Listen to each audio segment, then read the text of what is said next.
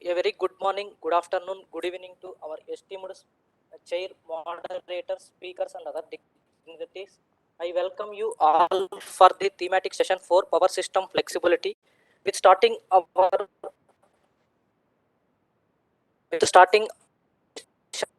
would like to extend a very warm to Mr. Maharashtra Electricity State Regulatory Commission. Now I would like to invite Mr. S. Narasimhan for the moderator for this session. He is a chairman and managing director acting at POSOCO. Now I would like to invite Mr. Pablo Hevich Coach. He is a energy analyst at IEA. Now I would like to invite Mr. Mark McGrathan. He is a IPRI fellow and vice president at IPRI. Welcome you, sir. Now I would like to Mr. Rajal Srivastava. He is a chief general manager at Power Grid. Welcome you, sir. Now I would like to invite Mr.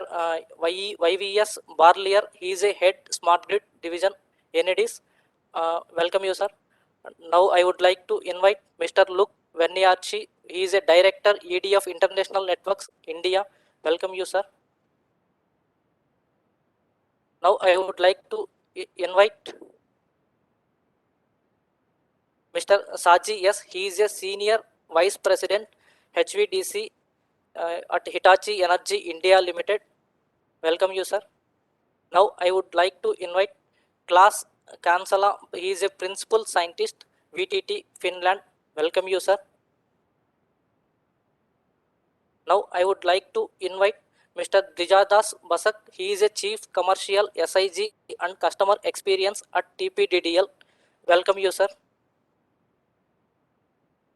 Now I would like to invite Mr. Gerhard Gamperel. He is a director corporate development at Wenvader AZ Austria. Now I would like to invite Saul Matthews. He is a commercial director Sinpatak UK. Welcome you, sir. Now I would like to invite Mr. Nilesh Kane. He is a head distribution at Tata Power Company Limited. Welcome you, sir, for the panel. Now I would like to invite Mr. B.B. Mehta. He is a director at OTPCL. Welcome you, sir. Now I would like to invite Mr. Alan Goodik, Executive Vice President, Smarter Grid Solutions, UK. Welcome you, sir. Now I would like to hand over the session to Mr. Mukesh Kullar, member MERC for the chair. Hand over to you, sir. Thank you, Mr. Bala. Since we are outrunning, we are already starting late. I think we can try and finish these 12 presentations within the next hour and a half, and only stress the key points. So, good afternoon, friends. Welcome to the session on power system flexibility. Without much ado, let's begin the session with some quick initial remarks. I see the need for power system flexibility these days more to balance intermittency in power generation from variable renewable energy sources. Backed by aggressive promotion from the government and forever lowering cost of renewable energy, renewable purchase obligations are now relatively easily being met. In Maharashtra, for the target set by MERC for the tariff control period ending in 2024-25, the required target installed capacity has already been tied up with the RE project developers by all the licenses. So much so that the tie line capacity constraints are being felt at the state periphery to wheel power into the state. Therefore, strengthening of transmission system is required, and while doing that, ability to control the power flows for accommodating diversity in generation and loads also needs to be factored in. We are seeing rapid growth in rooftop grid-connected solar plants, whereby consumers are harvesting economic and environmental benefits. Alongside, we have seen the adverse impact of large-scale solar generation in Karnataka state, which is leading to grid imbalance, forcing shutdown of thermal plants during daytime and creating problems meeting the evening peak load. Flexibility of operating at a lower technical minimum of 55% of capacity is being realized without much problem by thermal plants to enable grid to absorb all generated RE power. New products with diverse technology mix options supporting peak requirement as well as RTC supply such as solar thermal mix, solar wind hybrids with or without storage battery, solar pumped storage with higher CUF of solar generation. They aim at reducing intermittency and provide assured delivery. We need to judiciously use hydropower and actively plan for ancillary services to accommodate increasing quantum of renewable power. We can absorb more solar power by shifting agriculture load to daytime, as is being done in Maharashtra through solarization of agriculture feeders. Deployment of smart meters hopefully will pave way for demand response aggregators for efficient peak load management. I have seen benefits of utility scale battery storage project of TPC at Rohini, Delhi, whereby instantaneous ramping up is possible to rectify load forecasting errors. There are many other ways in which power system flexibility could be achieved. We can discuss these options when the speakers have made their presentations. I look forward to this session for enhancing our understanding of the emerging paradigm by way of preparing ourselves with never before options for operating sustainable, flexible, and efficient power systems. I wish you all of us a very engaging session. And as I said, there are a set of about 12 speakers, not about 12 speakers, and about 2 hours of time. So after the initial presentation, elaborating the theme of this particular session by IEA, then specific issues will be handled by or covered by individual presentations from the speakers. So I would like to invite now speaker from IEA to elaborate on this theme. Thank you very much. Mr. Pablo Hivier-Posch, yeah.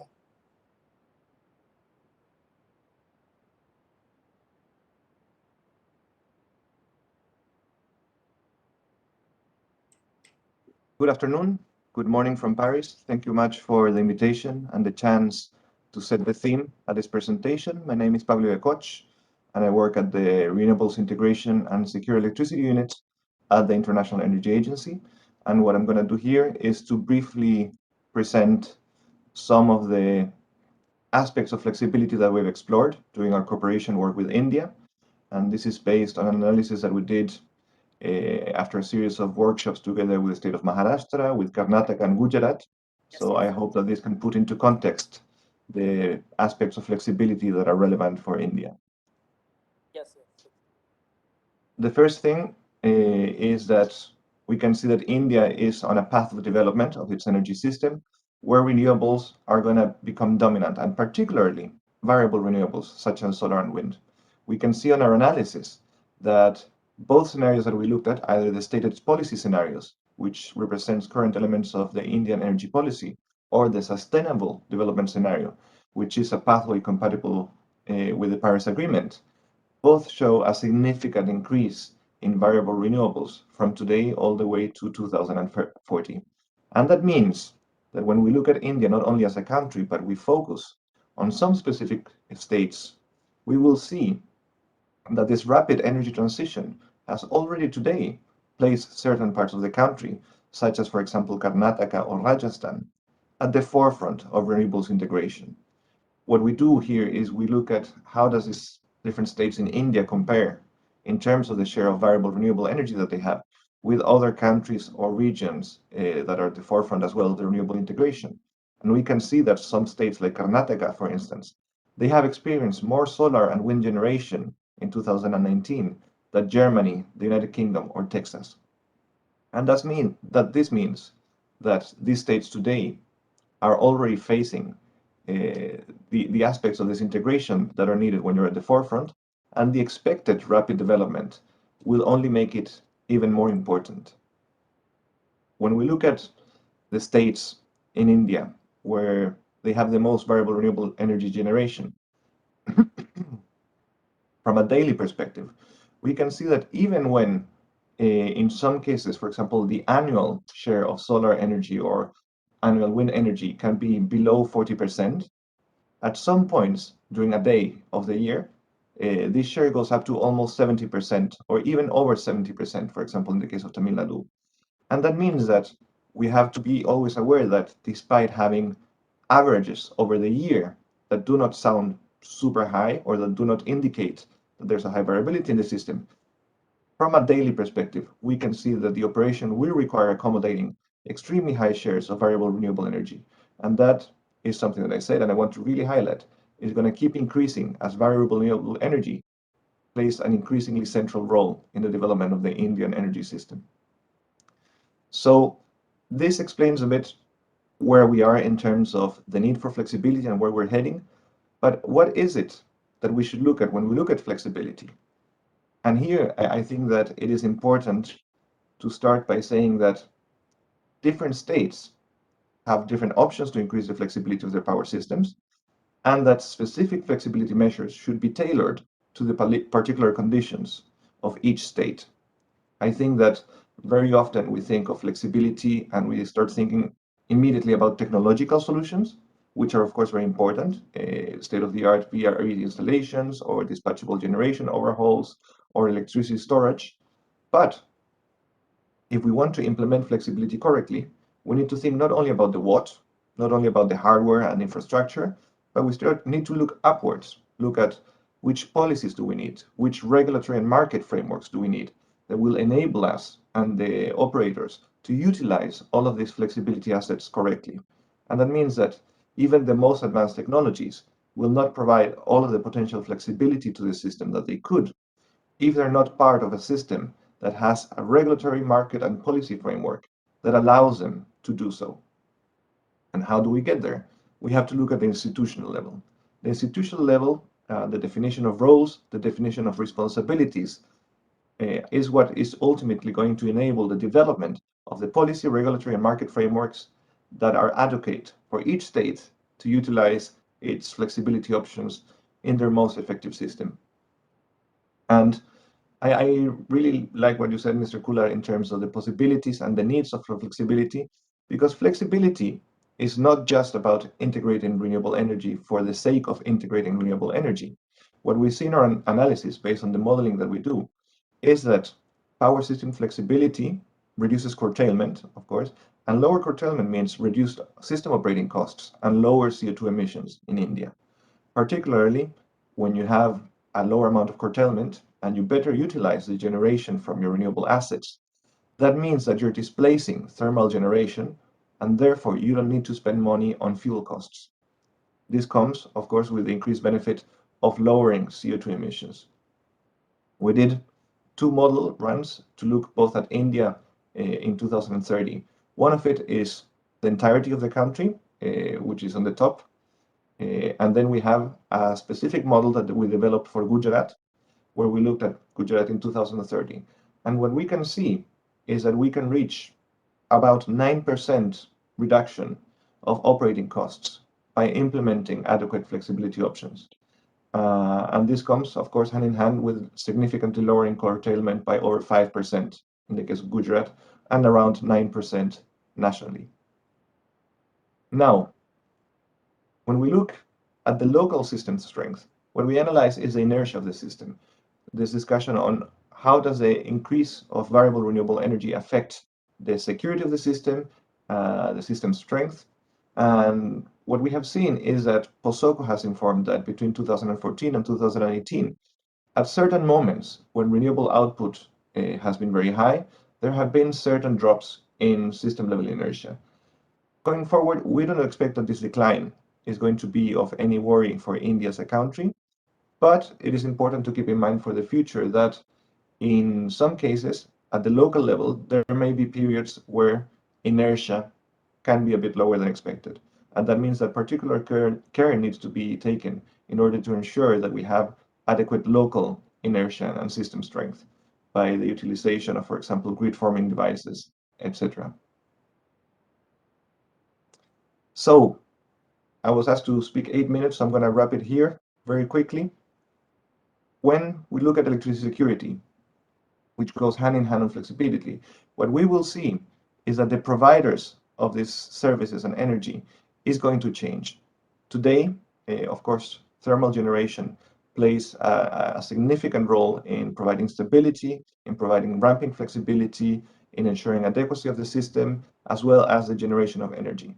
As we develop India's power system, we will see that different technologies are going to be taking different shares of these abilities. We will have technologies such as hydro playing a bigger role even in stability.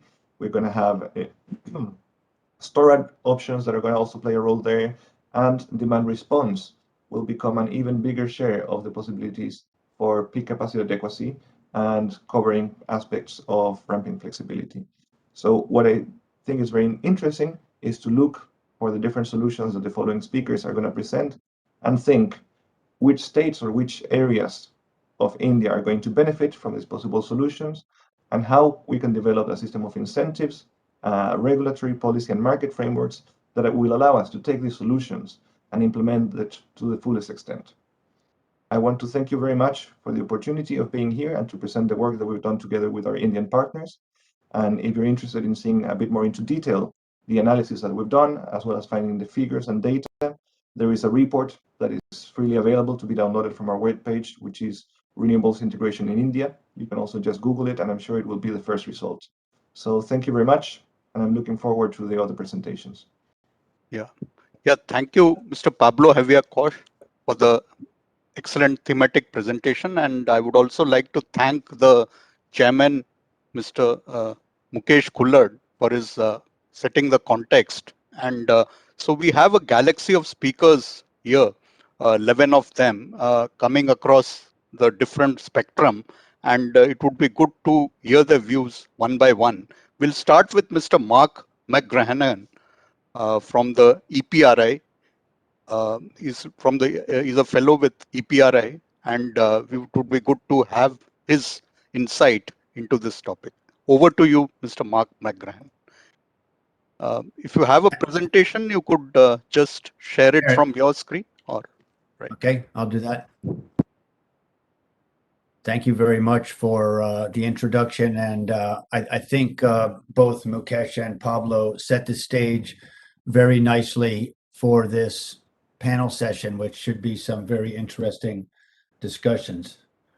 I thought I'll be very quick and introduce kind of one theme that I think is very important out of many themes in this topic of flexibility, and both Mukesh and Pablo did a good job of outlining the full set of issues associated with the need for flexibility as we go through the energy transition.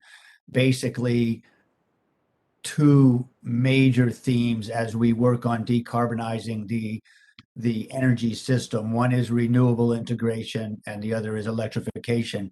And both of those challenges, both of those needs for decarbonization result in more needs for flexibility. As we look at, intermittent renewables creates a need for flexibility. And also as we go through electrification, especially electrification of the transportation network, that's going to create even more needs for flexibility, and as we discussed, could be part of the solution as well. So we have these, we have to go through many challenges in terms of market structures, technologies, integration platforms, and new methods of valuing flexibility. I also want to talk about combining the need for flexibility with the need for resiliency, because those are going to be very related, especially as we go through this challenge of electrification. Resiliency will become even more important. As more of our energy system is electric, we can't lose that system. The reliability and resiliency of that system will be increasingly important. So what I thought I would do for this introduction is just focus on one potential source of flexibility and emphasize that, and then we can go on with the other panelists to look at other opportunities. But I was going to focus on the customer and in particular, the opportunity for energy storage at the community and customer level to be a key element of our flexibility strategy, whether it's at the household level, where we may have PV and storage, and we're seeing many examples in California, for instance, where there's incentives for having storage available along with your PV to be able to ride through interruptions associated with wildfire safety shutoffs or other resiliency concerns. So energy storage at the customer level or at the community level has the potential of providing multiple value streams, resiliency value streams, flexibility value streams to the grid, both the wholesale market and the transmission grid, as well as flexibility and services for local constraints on the distribution grid. Unfortunately, we don't have the approaches for providing these value streams to the customers when they put the energy storage down at the local level. We're seeing great examples from virtual power plants in Australia and other places that are setting the stage for methods to provide those value streams to these distributed energy storage locations. The other example that I think could be a major contributor to our flexibility needs is electric vehicle charging and electric vehicle charging stations in general, but especially fleet charging, bus charging, and high-speed charging installations where can be very large loads in terms of demand and put significant strains on the electric grid where they're located. But if we locate significant energy storage along with these electric vehicle charging stations, it's another example of multiple value streams. That energy storage can provide flexibility to the grid.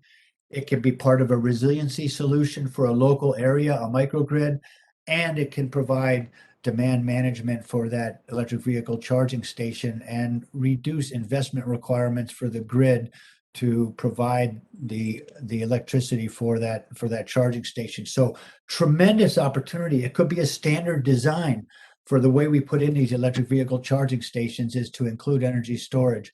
What we have to do is at the market structure and at the structure of rates and policies, be able to make sure that we can provide these value streams for the resiliency and flexibility to these distributed locations. This comes together at the smart community level, that where electric vehicle charging stations, smart homes, and smart communities are all part of the community, and there may be community PV and storage that offers the opportunity for flexibility and resiliency solutions at the community level. So watch this space around the world for examples of how we can provide these value streams and opportunities for the community to participate in markets for flexibility services and ways to realize the value of the resiliency aspect of those storage. There's a research challenge here of how to make sure that we take into account these multiple value streams in our planning process for the grid and not overcount the capability of the energy storage when we're going to use it for many different value streams. But the opportunity is so tremendous that we have to work on this. So that's what I wanted to talk about is really put out there the opportunity for the customer and the community, and especially electric vehicle charging stations with energy storage to be a key player in our flexibility solution. I think it'll make a lot of sense for India, and you're at a very good spot, very good time in the transition of renewable integration combined with electric transportation integration to make this happen. Thank you very much. Yeah, thank you, Mr. Mark McGrahan, for that excellent, wonderful insight. In fact, smart homes, community, they seem to be the way to go. A perfect example of a decentralized system, which gives you both flexibility as well as resiliency in the system. Thank you for your insights. I think we move on to the next speaker, Mr. Rajal Srivastava. Mr. Rajal Srivastava is Chief General Manager at Power Grid, which is one of the largest transmission companies in India, spreading across the entire country. So, of course, he's, I think, the only speaker from the transmission sector. So it would be good to have his insights on this issue of power system flexibility. Over to you, Rajal. Thank you. Thank you so much. I hope I'm audible. Yes, you are. And your slides are also visible. Yeah. Yeah. Okay, thank you. This is a Indian power generation scenario as of now. We are having almost present capacity of total installed capacity of 395 gigawatt, out of which almost 38% is our renewable, 158.36 gigawatt. The breakup of this 152.36 gigawatt is like this: small hydro is 4.8 gigawatt, hydro 46 gigawatt, wind power 40. This is the and by 2030 we are expecting that our total installed capacity is going to be touching around 820 gigawatt, out of which around 61 to 62% is going to be the renewable.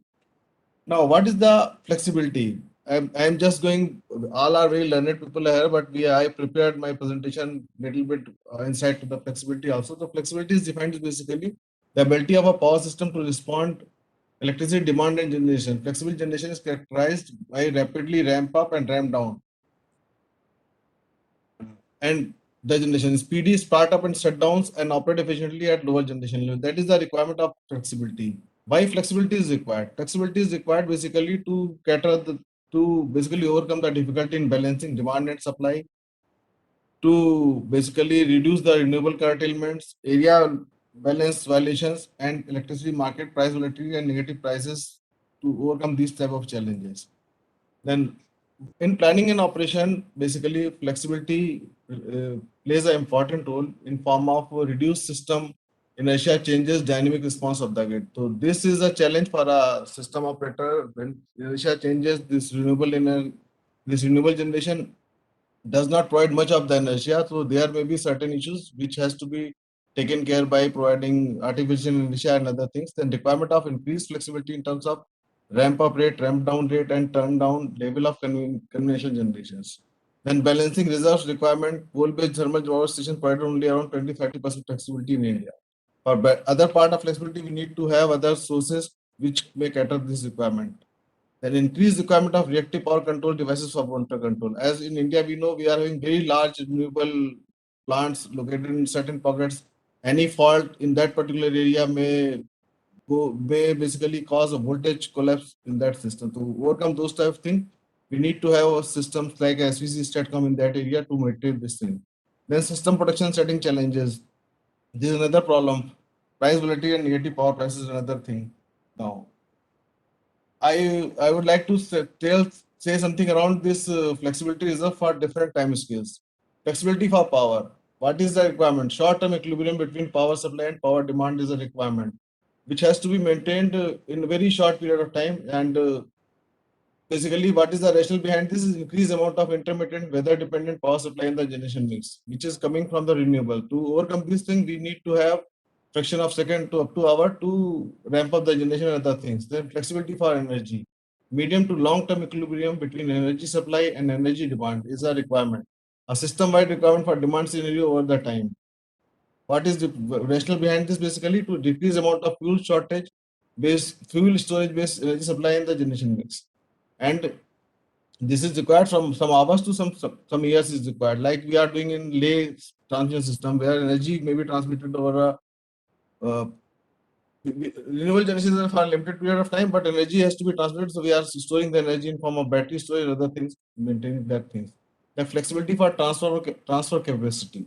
Short to medium term ability to transfer power between supply and demand, where local or regional limitations may cause bottlenecks resulting in congestions. To overcome these type of congestions, we may require in form of battery storage to basically overcome the congestion in form of flexibility.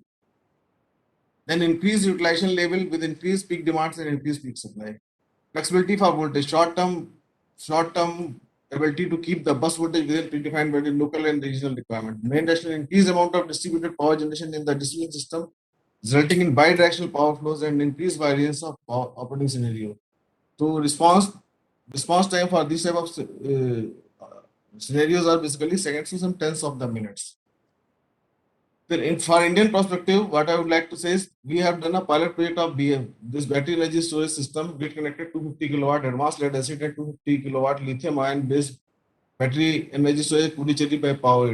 It is a 10 megawatt advanced lithium ion based BSS on Tata Processing battery they have installed. Then one pilot project on hydro as fast response ancillary service by POSOCO in 2018 implemented in 5 minutes metering for DSM. Then another one is done by implementation of automatic generation control in all thermal power generation units, which acts as a primary reserve ancillary services. The flexibility for energy, what we have done basically HVDC, we are having back-to-back 4 number HVDC stations, then bipole 6 numbers, then multi-terminal 2 numbers, then BSC for number for maintaining the flexibility in energy transmission. When demand peak shifting through policy changes is requirement. What is happening earlier, agriculture load used to be there in the night hours. Now with solar generation, we have shifted this agriculture load in the day hours so that we can make use of solar energy during day hours, and night we can reduce the energy requirement. Then establishment of renewable energy management system in India, we have established almost 7-8 these REMCs which coordinates with the POSOCO for real-time basically real-time forecast for the what type of weather is going to be there, what type of renewable energy is going to be available during that period of time. For voltage, POSOCO has done a pilot project on use of solar inverters in night mode by harnessing the power of inverters to provide reactive energy during the night when the solar is not there. Further, we have also installed certain numbers of STATCOM and SVCs to meet the dynamic voltage response of the system. Then flexibility for the transfer capacity. Fixed and variable series compensated lines have been installed are used in India for maintaining this type of requirement. Then cross-border interconnection with neighboring countries we are having to mitigate this problem, mitigate this type of issues. Then we need to develop this ancillary market. The draft regulation by CRC on May 2021 has come, and based on this draft, should come on some ancillary market regulation, which will further enhance the flexibility in the system. Then green energy corridors have been basically developed in India for dedicated irrigation of RE generations. What are the challenges? The challenges basically are many, but some of them are listed as under absence of market signals for power system flexibility and lack of ancillary system service regulation. The national level ancillary services regulations that India's Central Electricity CRC basically introduced in 2016 in the form of automatic generation control pilots, but are not applicable within the states. These needs to be implemented in the states. Then current national regulatory framework for ancillary services primarily targeted at enhancing the reserve margins only, while the framework currently excludes the role of fast response technologies. To develop this type of responses, we need to have proper regulations so that this fast response technologies may be promoted and these may be installed in the system. Then lack of grid code to ensure RD plant supports system security. Right now, as soon as some issues are there, RE plant does not have any obligation to support the system. So this type of some grid codes need to be basically implemented. No renovation for coal power plants in the event that investment is increased, flexibility is required by the state. Priority given to coal power plants at technology reduces the system operator's ability to balance the system with lower carbon sources in some state at certain times. The lack of regulatory framework to allow adequate remuneration of demand response and storage technologies such as batteries. Then next, long-term contract for conventional power plants creates a long-term economic burden. Another challenge is the requirement for capacity payments alongside the energy payments. And increasing transmission system investment translate into increasing transmission charges, but are only partially compensated by lower generation costs due to a mentioned constraint on coal plants. Basically, what is happening, we are creating transmission system for renewable generation, but most of the renewable generation transmission charges are not there. And parallelly, these fossil fuel plants are not generating the enough energy, so consumers are getting more transmission charges on their fossil fuel energies. Then renewable integration affects the financial stability of the DISCOM, which need to pay the fixed charges of coal plants bound by long-term PPAs, even when using solar event, whilst also being bound by national renewable purchase obligations. These are some issues which need to be tackled to promote renewable generation and to have better flexibility in the system. Then what is the road ahead? We need to finalize and implement ancillary service market of 5-minute frame, need for flexible reserve planning, electrical vehicle integration with vehicle to grid functionalities, green hydrogen ecosystem we need to develop, then implementation of demand response for large consumers. That's all. That's what I want to share. Thank you. Yeah, thank you, Rajal, for covering quite a wide spectrum of issues. Of course, the larger issue would be that with more and more of variable renewable energy, the direction of power flows would keep changing, and that's going to be a challenge. And for decades, power used to flow from east to west and north to south, but that would no longer be the case with renewable energy, variable renewable energy, wind and solar. So thank you for that. I think we can move on to the next speaker, Mr. Yves Barlier, Head Smart Grids Division, ENEDIS, along with his colleague, Mr. Luc Wanyarki. So over to you, gentlemen. I think you have, please try to cover in 5 to 6 minutes so that we keep within the time and have time for discussion. Thank you.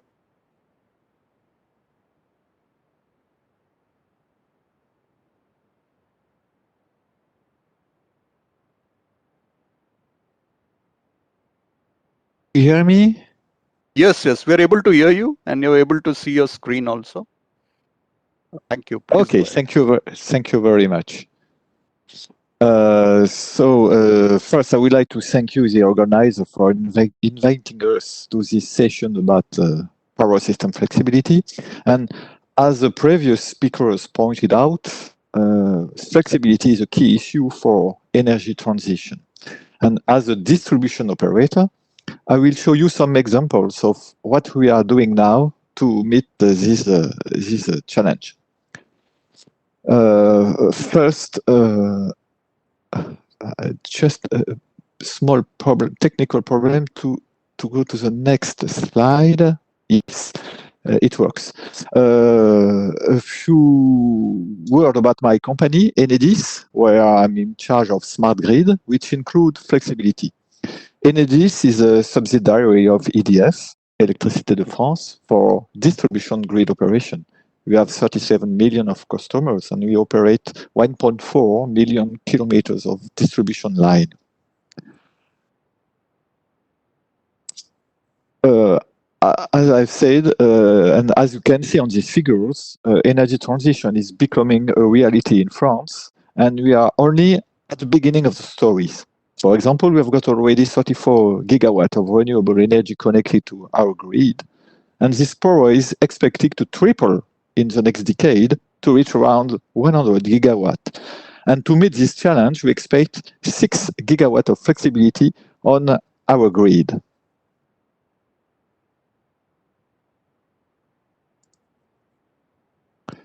To implement these new flexibilities on our grid, we need a digital grid beside the electrical grid. That's what we are doing currently.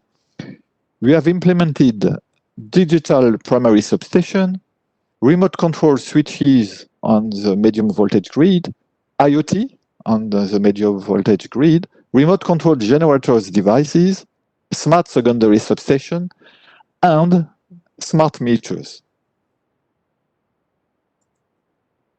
Some words about our smart meters. They are much more than meters. They are also sensors we can use to detect faults and locate them. And they are also low-cost RTU, low-cost remote terminal units. So we can use these meters to communicate flexibility commands.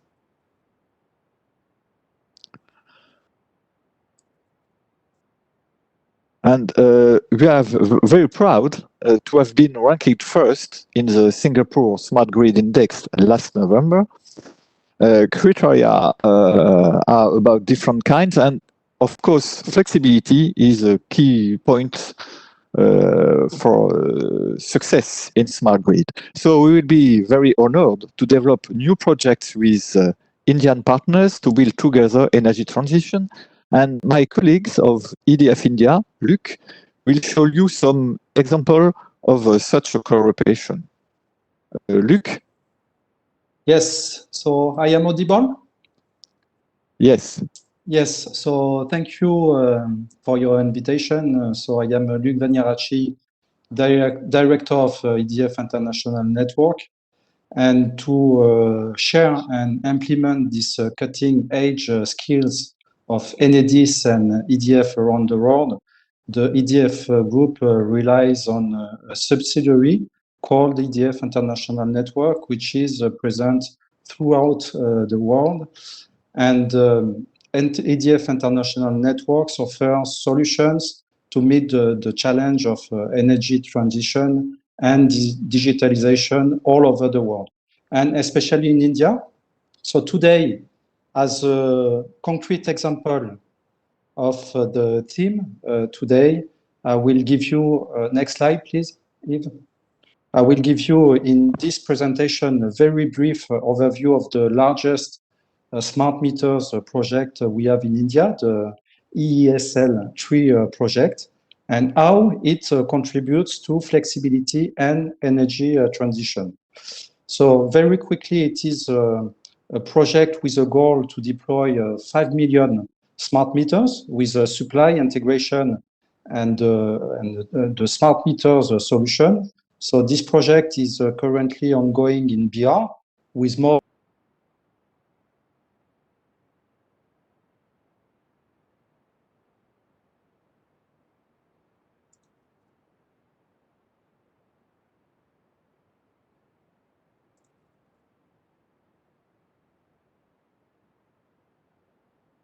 Yeah, we can't hear you.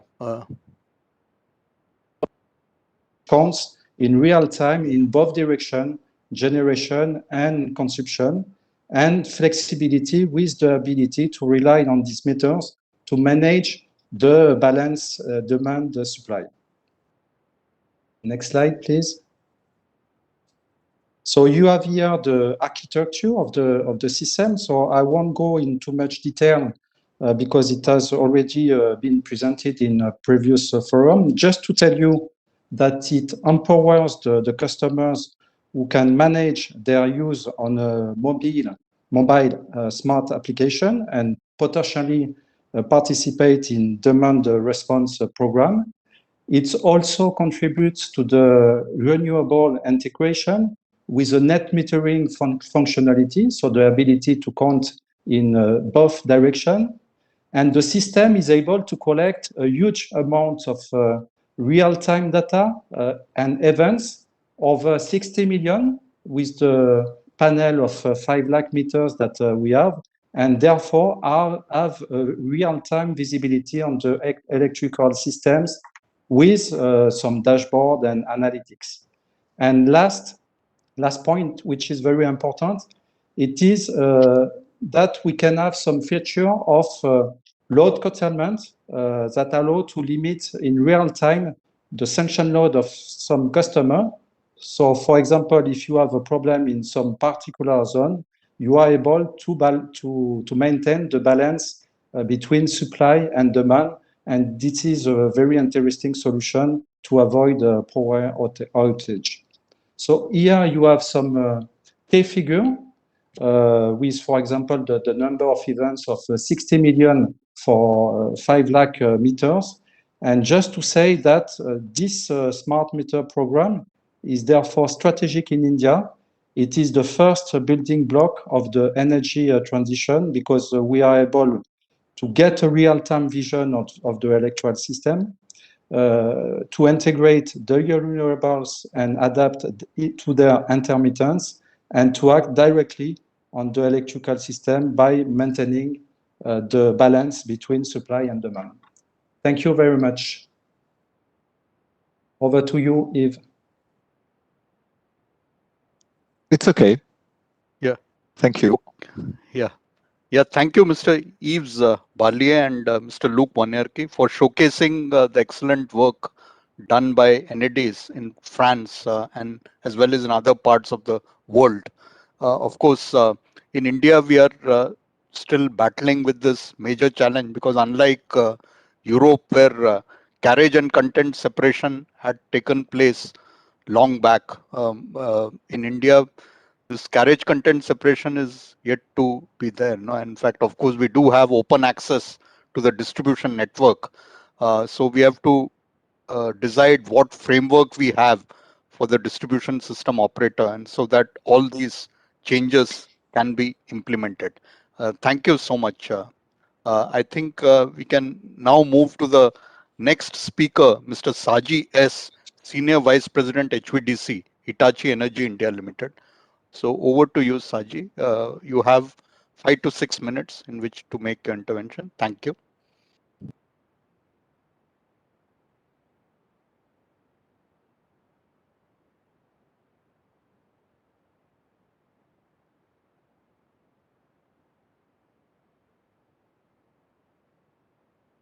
Yeah, we are unable to hear you, Saji.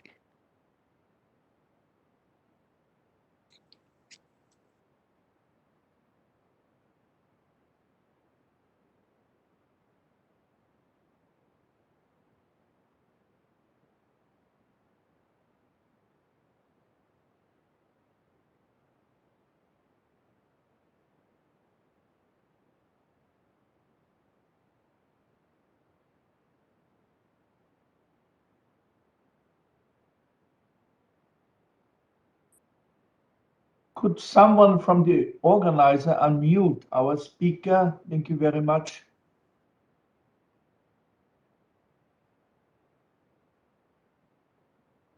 Sure, sir.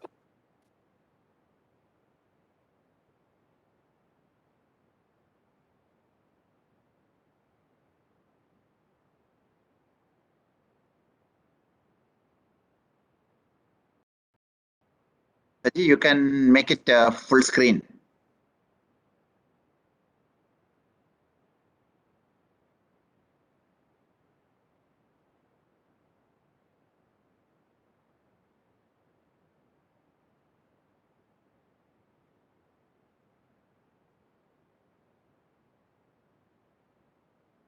Saji sir, you get a icon in the top to unmute. Yeah. Yeah. Thank you very much. Am I audible? Yes, yes, please go ahead. Yeah. Yes, sir. Yeah, I represent Hitachi Energy India, and I am from the HVDC division. And thank you very much for this opportunity. And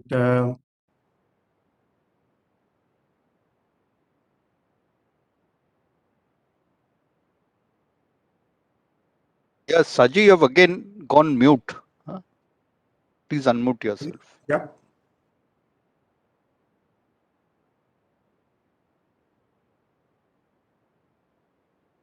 Yeah. So sorry for the trouble, and I'm through now. So I would like to take system flexibility from where Mr. Rajil has explained into a specific topic of grid infrastructure. I should call it flexibility in energy, which I thought I will take up among all the critical topics which are connected with flexibility. So if I see the grid in a little broader perspective, if I look at the grid from a regional grid or a country grid, which undergoes quite good amount of demand supply fluctuation over a time. It can be of a day or a season. And if I consider the regional grid as a combination of multiple generation sources, renewable and non-renewable, and then if you see over a time, we find the grid undergoes a transient condition where you may find the demand increasing over the time, and a hybrid solution with interconnected grid, like interconnecting using HVDC, for example, can be a great solution to solve the demand supply demand challenges.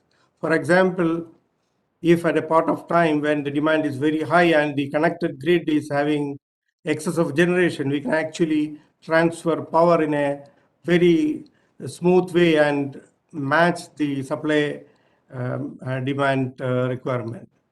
But if you look at actually from a local or a regional grid perspective, it is actually more interesting if it is handled dynamically by a storage mechanism. So we are actually looking at the two possibilities: storage to manage the regional grid, and then using interconnections for transferring power in an extreme variable condition. I will look at it in one more perspective for a synchronous grid and an asynchronous grid. In a synchronous grid, we can do this using AC transmission and DC, whereas in asynchronous grid, we better do much more effectively in a DC grid. So if you look at the possibilities, the renewable integration can be a grid connection, and a regional connection can be an HVDC grid. And these two put together, we can make a very flexible, interconnected grid, which can take care of the large fluctuations of demand and supply. I will just take an example here of a Nordling project, which is connecting Norway to Germany, where Norway has a significant amount of hydropower and Germany has wind and solar. When we have the power shortage at Germany, then the power can flow from Norway to Germany and the other peak power generation time in the reverse direction. Even if you look at in India, if you look at the Raigarh-Pugalur project, which brings power from west to south, we can see that when the southern grid is having excess wind power, we can send power from one part of India to the other, and then reverse when the thermal power is in abundance in the west. So I looked at it as a energy flexibility spectrum where the large grids or the regional grids can help each other in maintaining the flexibility. Thank you.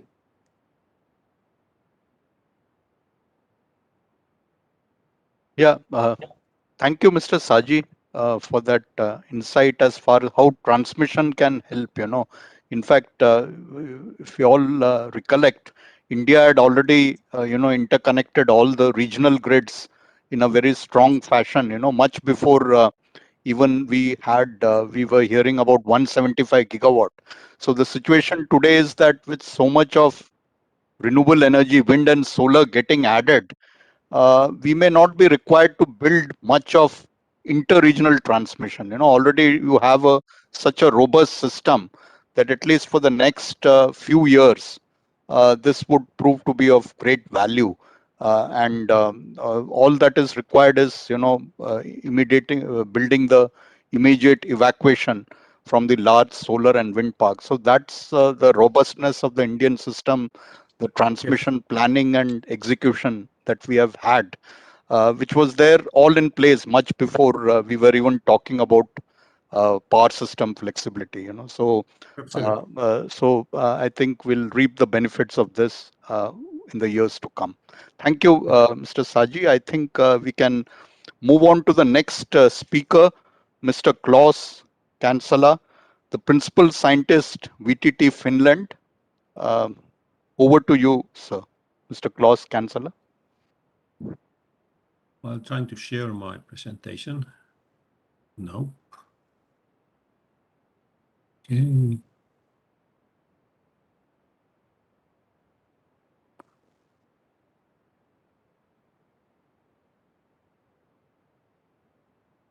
I hope that something is happening.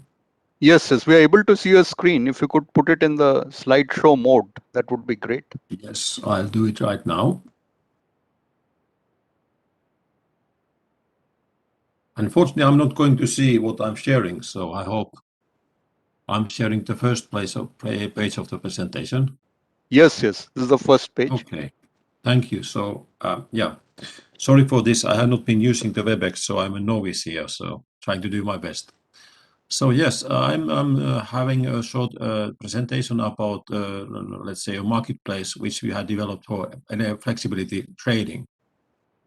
There are some reasons for this. For instance, the few I have listed here. The need of flexibility is increasing, as has been stated by the previous speakers already. Some reasons are here, like the peak hours are, let's say, causing overload, which actually cannot be, let's say, solved by providing or supplying more power to the grid, because the power is also exceeding the capacity of the grid. So local reduction, flexibility is needed. Of course, the use of renewables are also causing this kind of side effect, that they are, let's say, fluctuation. This wind power is fluctuating, the solar power is not always available. Also, the amount of consuming devices are, let's say, increasing in households. So the supply side flexibility is not able to cope with all of these challenges in the future. So we asked the question, is it possible to use this, let's say, this fleet of devices in order to create flexibility on demand? And we started our studies based on this question. We found out soon that there are some constraints or terms for this kind of system to be, let's say, successful in the business-wise. First of all, we should have very low cost for transactions, whatever they are. That means that we should have totally automated operations. No human intervention is possible. Also, money transfer, if we are trading something, should be made also cost-free. So that is why we turned to be ledger-based tokens in here, because they have got very low costs. Also, we would like to minimize the transfer of trading, data transfer for trading verification. So we were actually condensating these questions or this information to three main things. These things are, let's say, how much of flexibility is available, or what time frame in the future, and where, the location as well. Location is important, and I will come back to that later. So, for instance, today's electricity market, they are not actually suited for trading of small batches of energy. That is because they are planned for power distribution companies, not for, let's say, private users. So that is why the system has to be totally, let's say, built from bottom up with some new principles. Also, we consider the location as an asset, because typically the location is not being used as an asset. In our system, we use the location, and that is useful when you want to, let's say, to process or deal with the hotspots in your grid system. So when you know where these assets are located, you can locate and allocate them, and also use them in order to reduce loads locally. So in our approach, we also used, let's say, open source tools. So we don't have any licensed software code in the system. We also applied simple trading rules and bidding mechanisms. This marketplace is open for buyers and sellers, so you can buy and sell your assets there. If I got some overload energy, you can sell it. If you want to sell like a reduction of your consumption, that is also possible. And this is supposed to work, and is working almost real time. Almost real time means that the latency is approximately 5 minutes from bidding to the actually realization of the bid. So it's almost real time action. We are using certain kind of specific software in order to deal with this trading. We call them smart bots. Actually, they are software code, software robots that are acting and automating the system, automizing the system. The first bot, which is there in the apartment, or let's say in a household, is actually called the research managing bot. This actually is estimates the flexibility which is available from the system. It controls the local devices in order to provide the flexibility when asked. It does the metering solution. It does the metering and verification of the flexibility in the accepted rates. The shortest flexibility time which is able to be delivered is 15 minutes. So you can reduce or increase your consumption by 15 minutes time slots. And also this system we have developed has got, let's say, very advanced AI-based boundary computing algorithms. So it is internally dealing with all of the systems, but outside it just sends these 3D data bits like how much flexibility on what time frame and where. This is very simple communication. Then we have got another bot, which is energy trading bot. That communicates with our, let's say, platform, and it makes bids based on the information coming from this resource managing bot. It is also making online contracts with the buyer, and it also follows the market information for optimizing the time and the pricing for the assets. And here we have got some kind of information about how this marketplace is working. This is a fully operational marketplace which we have been operating over 2 years. So the smart bots here, which are actually operating this kind of facilities and assets, they are constantly looking for, let's say, flexibility which could be offered to the marketplace. And the buyers here are looking for opportunity to buy flexibility in a very reasonable price. Once they find suitable slices of flexibility here, they make an offer, and if the offer is good enough, then the system makes connection and makes a contract. And after that, the contract is transmitted back to the facility, and the resource managing bot is actually fulfilling the contract and terms and sending verification back. When this the verification has been received, it has been evaluated, and after it is accepted, the marketplace transfer money from this buyer to this smart bot in here, so that the money transfer is actually happening after the verification, and then this deal is closed.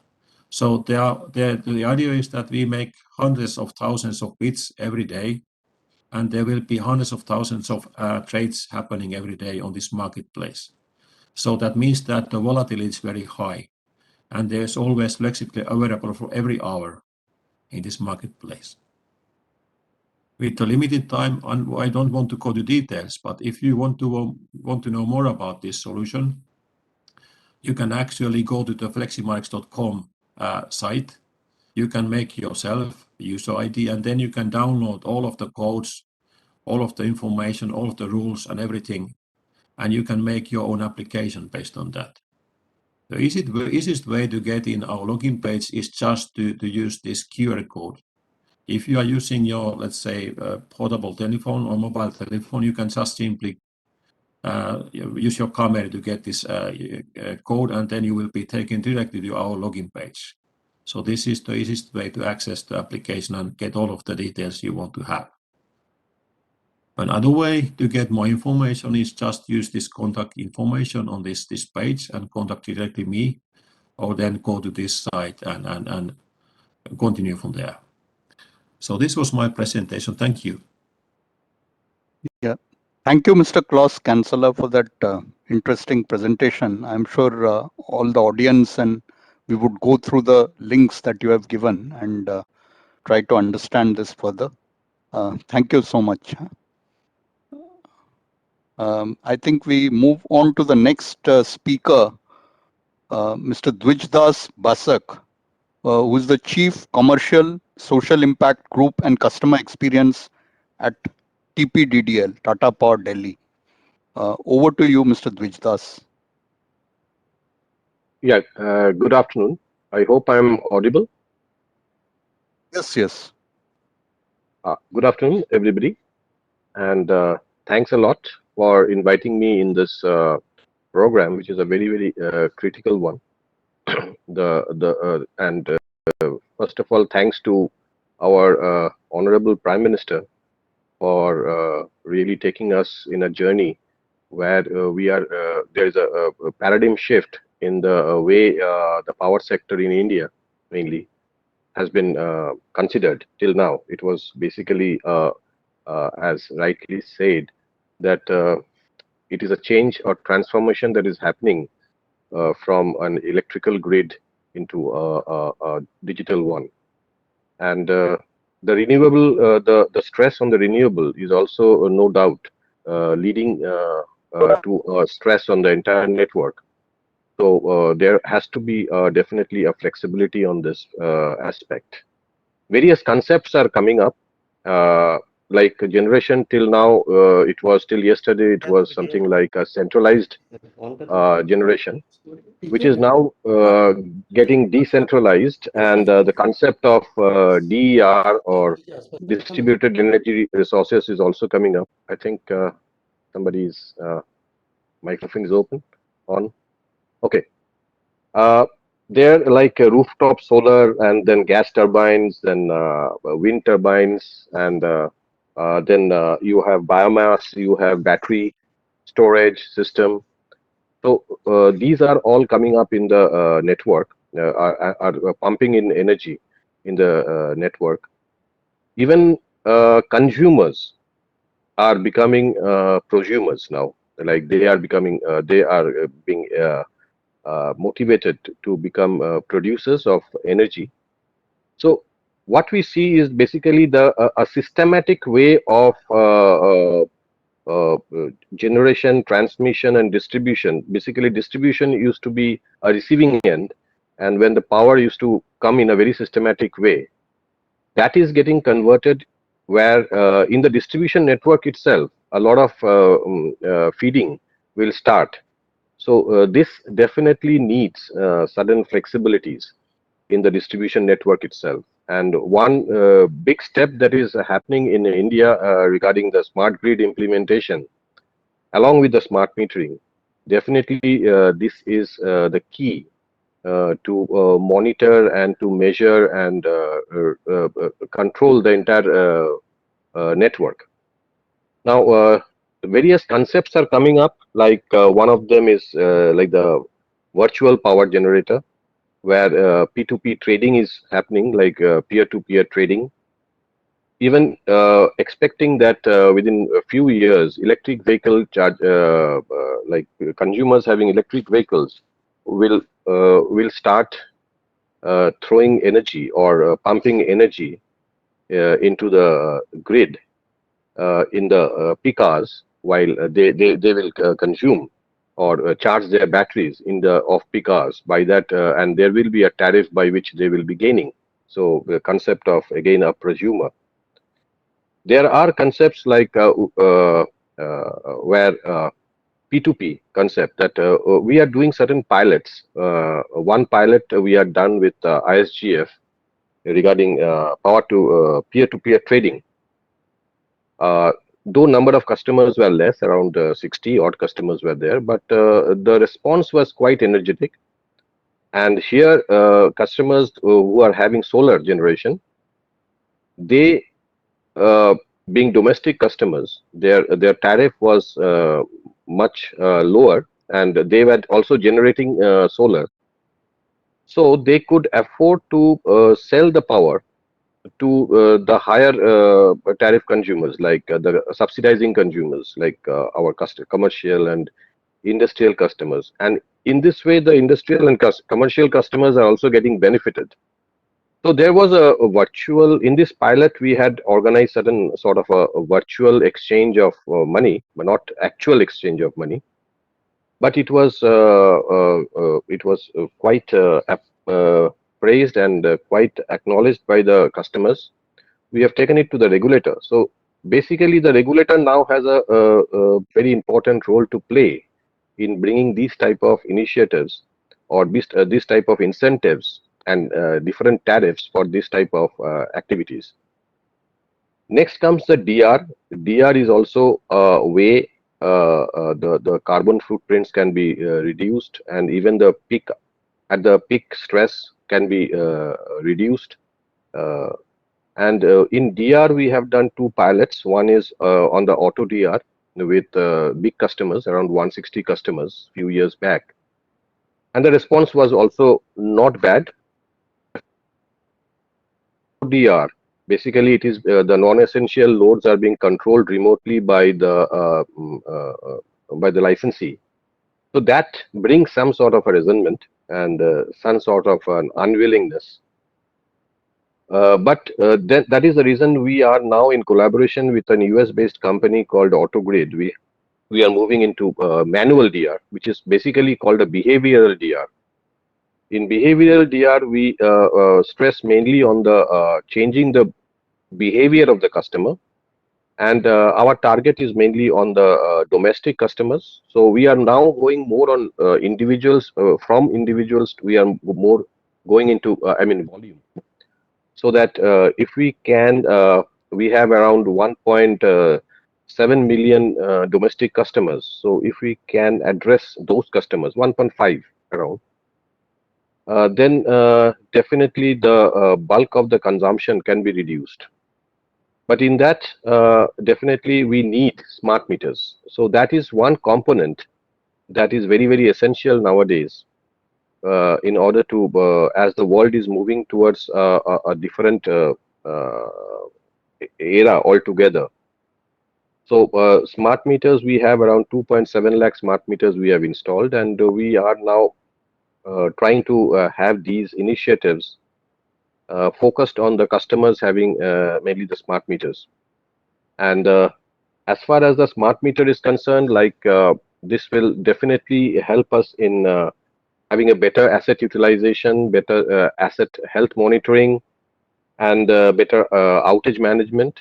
And these are certain things now. It is all digitized, and the information flows are all automated, and so the informations are instant. So all these together is bringing a huge shift in the entire the way the power sector is being looked into.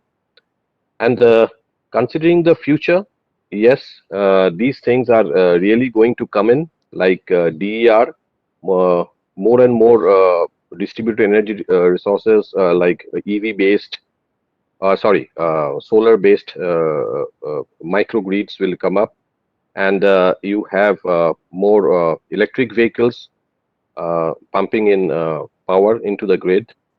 Then the virtual power generators will be there. And last but not the least, the use of data, like such a huge amount of data that is being generated through the smart metering and through the entire digitization of the entire grid. This data can be much better used through data analytics to bring in better changes in the entire system, and to get better insights about the customers, so that now the customers will also know how they can about their consumption, and they can also monitor their consumption, because it is true that the customers are also becoming very, very sensible about the consumption and about even the climate change. Thank you. That's what all in my presentation. Yeah, thank you, Mr. Dwijdas Pasak, for that excellent initiatives that Tata Power had taken on enlightening all of us. Definitely peer-to-peer trading, demand response, and that too the behavioral DR which you mentioned. Definitely we would love to hear more of that later. And of course, the data analytics, that's equally important, because the mind-boggling volume of data that is generated, that's something on which we need to really utilize it more effectively. Thank you, Mr. Dwijdas. And I think we can move to the next speaker, Mr. Gerhard Gampel, who's a Director Corporate Development at Verbund AG, Austria. Over to you, Mr. Gerhard. You have 5 to 6 minutes. Okay, thank you. I want to share my screen now. Sorry. Yes, we are able to see your screen. Do you see my screen and the presentation also? Yes, yes, we are seeing the title slide. Okay, so best regards to, and good afternoon to New Delhi. Best regards from sunny but very cold Vienna, Austria. Thank you for the invitation to make a presentation today. And thank you especially to Rechi Kumar Pillai, the Honorable President, who is maintaining and organizing this outstanding conference also in this pandemic times last year and this year. So good afternoon again, and I was invited to talk about power system flexibilities in the center of Europe, Austria, and I have prepared some slides. And what I'm going to show you is a toolbox out of 5 tools or functionalities or technologies that I'm presenting to you in order to show how we are focusing on the system power flexibility. So when you talk about Austria, what you see here is we are in the center of Europe. We are almost 100% green generation because of run-of-river and palm storage hydropower. We are also active in Romania, Albania, Germany, and Spain. And we are pure renewable producer, whether this is wind or whether this is solar. We're the #1 in Austria, and as I said before, we are predominantly producing hydroelectricity. So how do we tackle the challenges of system flexibilities? First, I would say the backbone is the nets, is the grids. We're the only TSO in Austria, and as we're in the center and in the heart of Europe, we are directly interconnected with all our neighboring countries. What you see here on the left-hand side, on the upper left-hand side, is there's high wind potential. There's a lot of winds in Northern Europe, and in the solar belt of Europe, whether this is Italy, whether this is Spain, whether this is Greece, or etc., we have a lot of PV production. And the challenge is to produce the electricity from north to south and to share the electricity generation within the European system. This is a real big challenge, and as we are now in very close to a war situation, it's less than 500 kilometers from Vienna, Austria, here to the Ukrainian border, which you can see here in the east. Yeah, it is essential that we have those grids implemented in a very functional way, and the challenge is to have a very robust TSO system. The challenge for us is the demanding and long commissioning processes. I think this is known very well everywhere, but we have to increase our efforts in order to increase our nets, our grids, especially from north to south in Europe. So, as I said before, I'm presenting a toolbox out of 5 different tools. What is the tools for system flexibility? #1, of course, is pump storage hydroelectricity. We have very dedicated optimization models, and we use peak predominantly as a hedging product. We have a natural inflow from the glaciers, from snow, from rain, because it's very high up in the Alpine mountains in Austria, and we are hedging it up to 2 to 3 years in advance from the front years in order to make the best prices and in order to make the best furnishing with electricity for the Austrian and for the neighboring market. The generation is during, of course, the highest demand, and we also use it for base production for load balancing, of course. What you see here is on the left-hand side, you see a curve for 24 hours.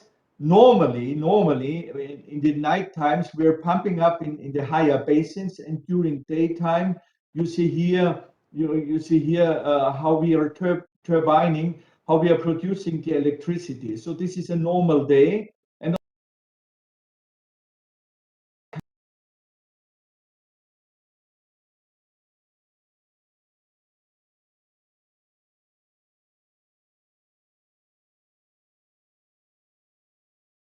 producing our different products for different times of course.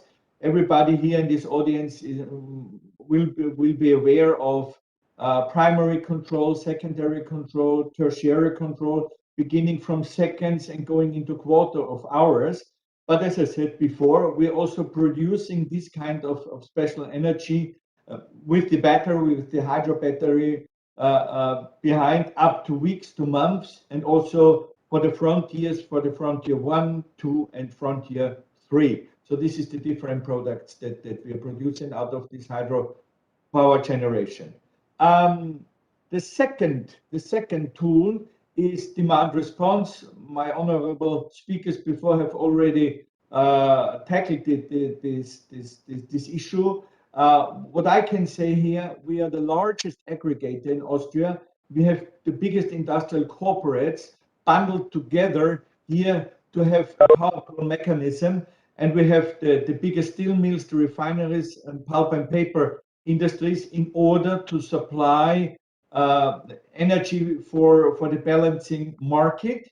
And this is, of course, it's helpful also for the stability of grid, but it also creates additional earnings for our customer, for our clients, the big Austrian corporates that we are using. And we're also enlarging this product in the coming years to the neighboring countries like Germany. So this was tool number 2. Tool number 3 is hydrogen. And as I said before, as we are a green electricity producer, we are going to produce green hydrogen. This is one of our new strategic pillars in our overall strategy. And as I said before, green electricity transported via our TSO system goes to water electrolysis and produces green hydrogen. And we are producing this hydrogen very close to the demand, very close to the industrial users in the vicinity. And as we are a very strong industrial country, where we have the pulp and paper industry, steel industry, cement industry, there's an enormous need for hydrogen and, of course, of green hydrogen, what we are producing. What you see here in this photo, this used to be the biggest industrial electrolyzer. We call it H2 Future plant in the biggest Austrian steel mill. It was 6 megawatt. We are now enlarging it for 20 megawatt. We are doing this together with voestalpine, which is comparable to Tata Stahl, for example. And we do it also with Siemens, who is one of the leading producers of electrolyzers. We are not only introducing those green hydrogen productions into the steel industry. We are also in the mobility industry. There's a special railway in the Alpine, in the famous Zillertal. It's a touristic area where we are changing from diesel generation to green hydrogen generation for the locomotives. Then here you have for the cement and the chemical industry. I think everybody's aware that cement industry is one of the big CO2 emitters in this world. It's said to be 7% of the global CO2 emissions come from the cement and the housing industry.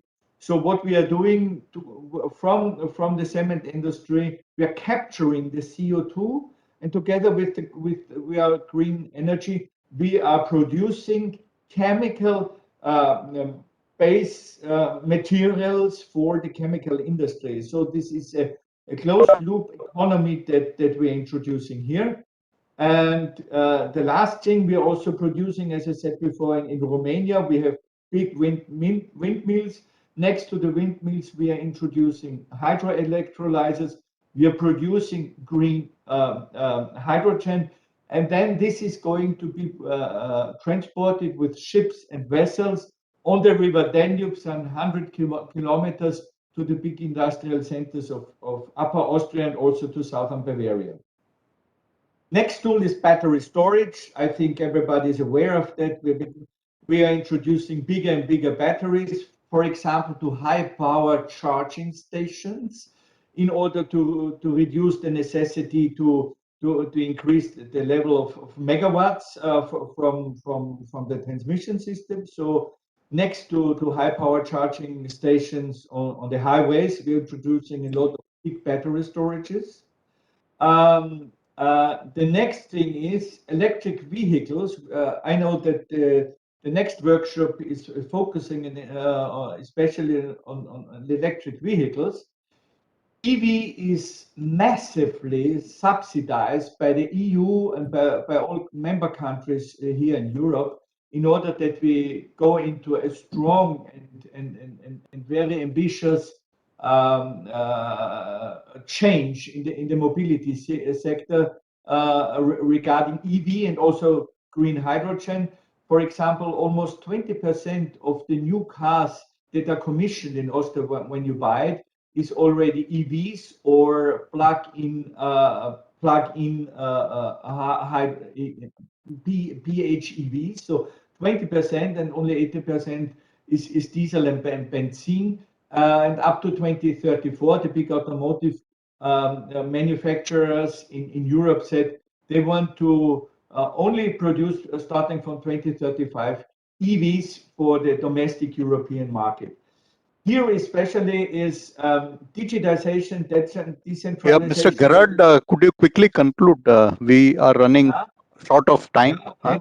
Yes, I'm coming to the end. And what you see here is the bundling, of the batteries, and the bundling of demand and supply is very essential. And this needs a lot of software. This needs a lot of different new technologies in order to use all those batteries from the EVs that are coming into the market.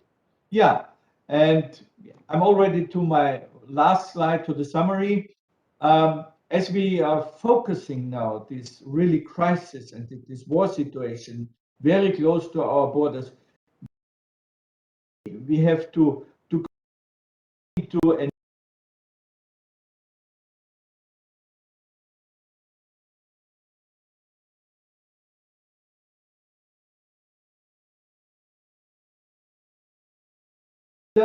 and in times of crisis, we need the broadening of our sourcing portfolio in order to have security of supply. And we need more resilience in the market. And as I said before, we need the different tools of this, out of this toolbox. This is sustainable generation, batteries, pump storage, vehicle to grid, demand response, green hydrogen, and decentralization together with digitization. One aspect that hasn't been tackled before, we launched the IPCC report. And the IPCC report, the challenges for the global climate becoming even more demanding as we thought. So we need the global strengthening towards green energy and green electricity.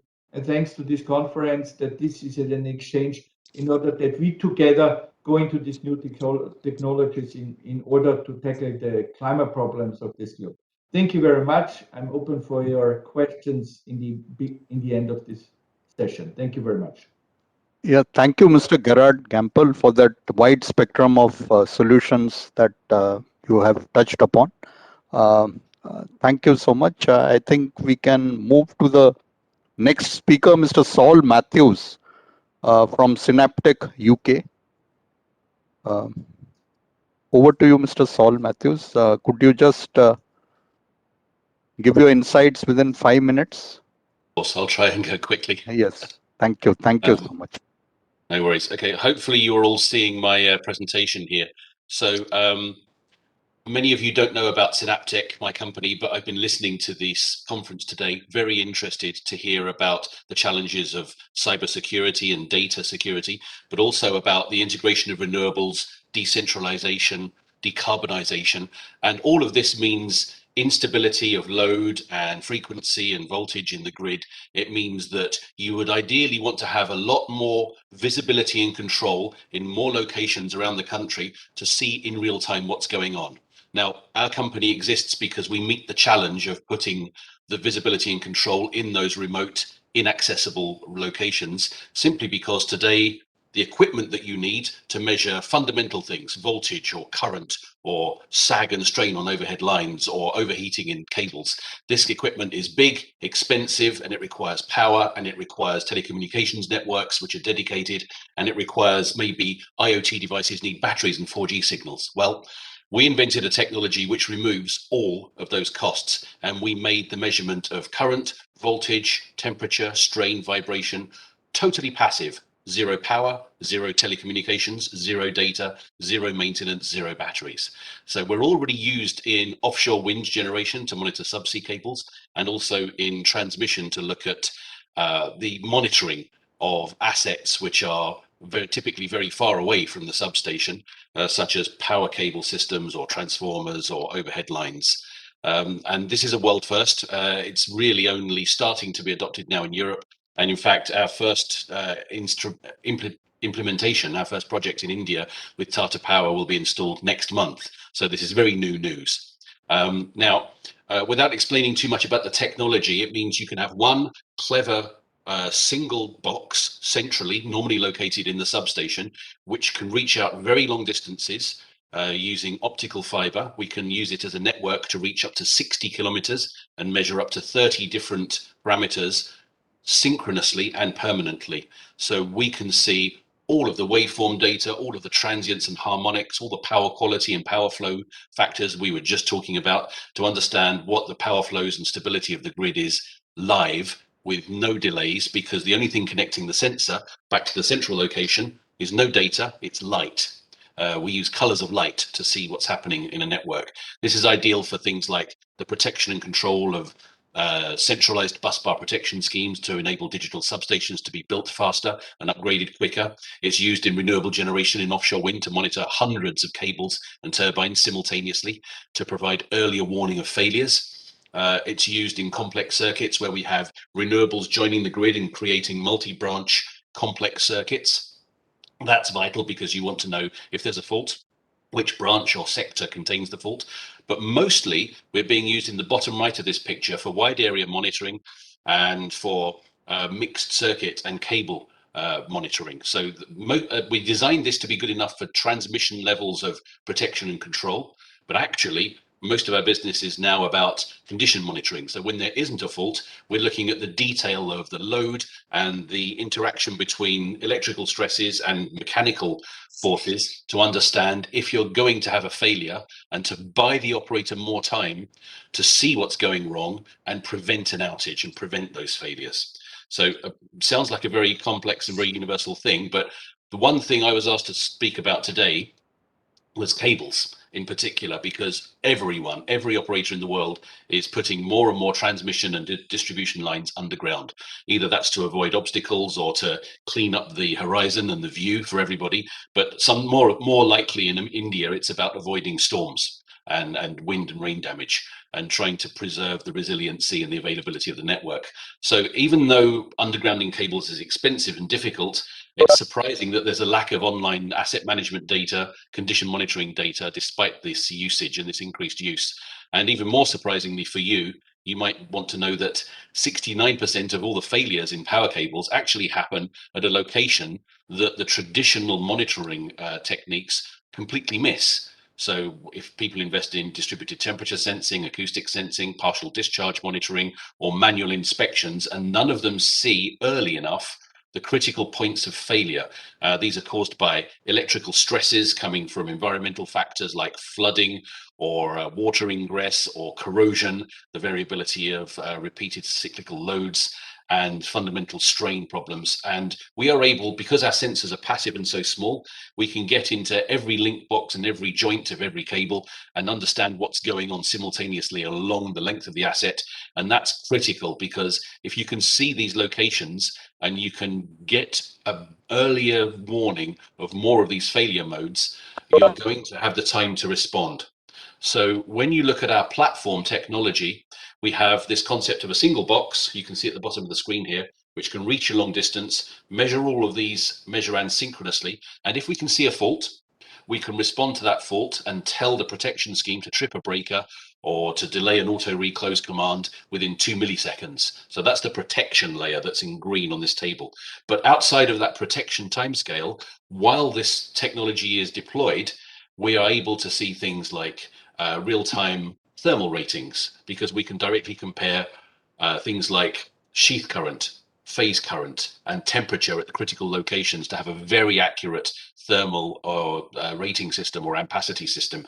This is also used on overhead lines so that we can measure things like sag from overheating or ice buildup in the northern regions. It's also critical for understanding in renewable generation where we've got power quality effects and harmonic effects which damage the insulation of cables, so that you can understand where the source of damage comes from and what activity is accelerating the failure of insulation, which is a critical problem, which is not well understood yet today.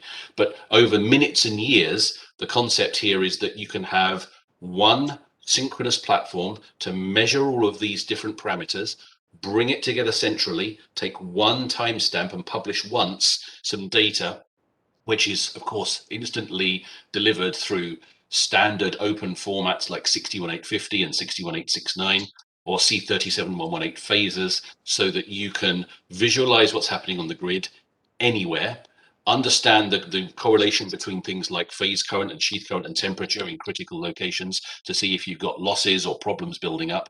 But over time, like over years, this builds up a picture where you can look at what we're doing in offshore wind, for example. We're installing our system on the world's largest offshore wind farm now, called Dogger Bank A and B, and we're looking at 112 turbines and cables, 66 kV power cables. So we can look at 112 cables simultaneously, and if 111 of them are fine, and one of them has a different electrical profile, different harmonics, different temperatures of operation, we can see those anomalies and differences instantly, and that triggers alarms, and it tells the service and maintenance team where to visit and why to do repairs. So this is enabling condition-based maintenance instead of scheduled maintenance regimes, which we think is very important for the industry and very important for asset management and resilience over time.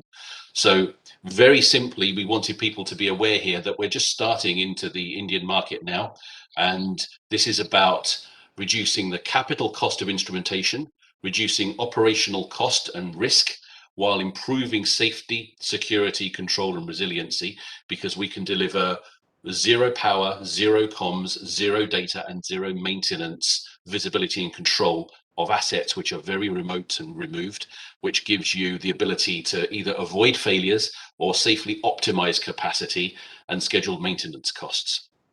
So I know that's a lot to throw at the audience today, but I hope it makes sense. And the idea today is to provoke some questions and some interest. And if we can help you to learn more, you have our contact details here. And Nitin, who's based in Mumbai, and myself would be delighted to help you and explain more about how we help to take the cost out of the visibility and control of these complex networks. Thank you.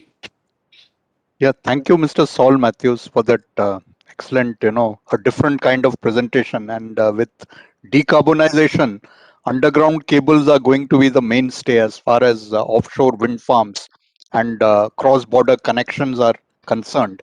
So definitely, I'm sure the audience would interact more with you offline. Thank you. I think we can move to the next speaker, Mr. Nilesh Kane, Head Distribution, Tata Power Company. Over to you, Nilesh.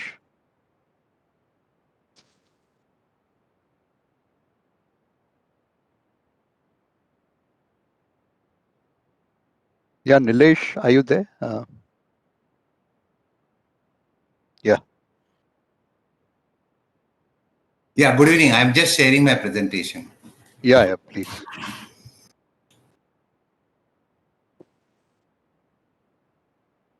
Yeah, could you please cover in 5 minutes? We are running out of time. Yeah. So my screen is visible? Yes, but it's not in full screen mode, but never mind. Please go ahead. Okay. So good evening, everybody. On behalf of Tata Power, I am just sharing, power distribution utility outlook for the power system flexibility from both the sides, supply side management as well as demand side management. In supply side management, how we can aggregate the green energy and increase the portfolio of distribution utility, adding more green generation and have green tariff for the customer also in Mumbai. Effective forecasting, from error of around 5%, we have reached around less than 1% error by doing, using our in-house developed, the power manager and doing the best of the forecasting. Microgrids, we are now in the area of microgrids also. So offline grids, how best, we can provide them the flexibility by using the biogas and biomethane generator in place of, the DG sets and all. And obviously in the demand side management, we are using energy efficiency program as every utility is doing, but we are doing extensively demand response program. Is it okay? Yes. Yes. Sure, I will be able to send. Why should I? Chairman sir will not. The page number 30, she had asked me to show it. I think somebody is not on mute. Yeah, and energy storage program, as well as the thermal storage program, what we have implemented. So this is the power manager and green power aggregation, what we have done.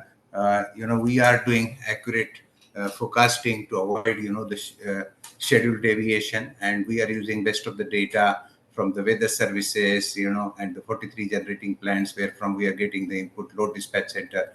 So we are monitoring that, and this is a real-time pictorial presentation of the Tata Power Mumbai distribution, where you could see that accurate forecasting has make us, the meticulous planning and forecasting make us, to appropriately arrange the power from the various generator. Green tariff is also been welcome here, and that make the consumer also getting the green tariff in Mumbai, as well as we are increasing our portfolio of the green energy. There is more of a solar generation and the wind generation and integrating the different generators here. Bio-CNG is the new initiative what we have taken for the microgrids across the India. Around more than 150 microgrids we have installed, and there we are using the Bio-CNG plant, which is more of a greener the option than the DG set. So these are few initiatives what we have taken by the Tata Power. Demand flexibility options broadly seen, the appliance exchange, that is the demand side management program, extensively the lights, fans, air conditioner, refrigerators, and supporting customers to replace that and manage and optimize their electricity bill. Load shift programs, the demand response and the energy storage we have implemented in Delhi and Mumbai also. We are pushing for the behind the meter energy storage. And energy audit program, the customers are very conscious toward the energy bill. So how best we can do the energy audit and, propose them how they can optimize the energy bills by doing the reactive power compensation, using energy efficient motors, and etc. So these are the areas in which, we are doing the demand flexibility so far as the customers is concerned. The battery technology is something we have started, in India as a first, and, for the best of the grid flexibility, we are pushing that, the renewable energy integration and the grid and rooftop solar. We are pushing that at 2 locations, one in Chhattisgarh and other one in Jammu and Kashmir, precisely in Ladakh. We are going ahead with battery plus storage, demand variability with electric vehicles. We have more than 2,000, the EV chargers in place. We are doing a very detailed study of that and how we can manage their demand and push for the policy. Network congestion due to the peak in demand supply that we are doing. RE100, few Tata companies are there, a part of RE100, that 100%. So we are evolving a 100% green energy solution to many big consumers, through our renewable. Ancillary market battery storage we are proposing, and diesel generator sets we are replacing with some other greener option. These are the key applications, 10 megawatt battery storage we have in Delhi, and these we envisaging the following applications. We are using few applications in Delhi. Frequency regulation for ancillary market, already regulation is in place. Deviation settlement mechanism in Mumbai also it has been rolled out. In Delhi also we are using that for the sign change, and beyond deviation, if you are drawing energy, you are land up in paying that penalty. So how we can avoid that, by using the battery storage. Obviously for the peak load, the evening peak, we are using the battery. Energy arbitrage and time shift, renewable firming, capex deferral, obviously by doing a very detailed network study, how battery storage can be used to avoid further capex requirement, addition of the network, transformers, etc. And obviously emergency services, as a black start facility, how the battery storage can be used. So these are the applications we have, envisaged, and using few applications in Delhi and proposing few in time to come at various utilities. So these are few pictures. This is the 10 megawatt battery storage. We have come up with the pole mounted battery storage also, because these 2 battery storage, one is a big at the grid level, second one is at the station level. It's a 600 kilowatt hour for 4 hours. We are giving backup of 150 kilowatt emergency load. And these are the pole mounted, the battery storages that you can install. This is a 10 kilowatt and 20 kilowatt hour. For the smaller emergency load also, you can provide that. As well, these battery storages will play as a capacitor for the reactive compensation and boosting the voltage at the fag end, especially for the longer feeder. So these are the various applications of the battery storage we are installed, and we are in a phase how we can scale that up in time to come. These are some pictures, the frequency regulation application and the peak load management, how the battery has played a role, and useful for both this application. As I told, battery storage, we are rolling out 100 megawatt EPC project with 120 megawatt battery storage at Chhattisgarh, and the 50 megawatt solar with 50 megawatt hour battery storage in Leh, Ladakh. Demand response, we started few years back in Mumbai as well as in Delhi, aggregator-based demand response program, in which we used to give, the information to our customers well in advance, and then getting, the consent from the customer. We used to do the demand reduction during the peak time. And nowadays, by using the smart meter, we are doing the automatic, the demand response also, and around 10 megawatt of 10 to 15 megawatt of the demand reduction we have done. Earlier, when we have launched this program, some financial incentives were given for the customers in Mumbai, and in Delhi, they have participated voluntarily. Yeah, could you quickly conclude? If only one slide. Yeah. These are some pictures of the demand response, what we have done.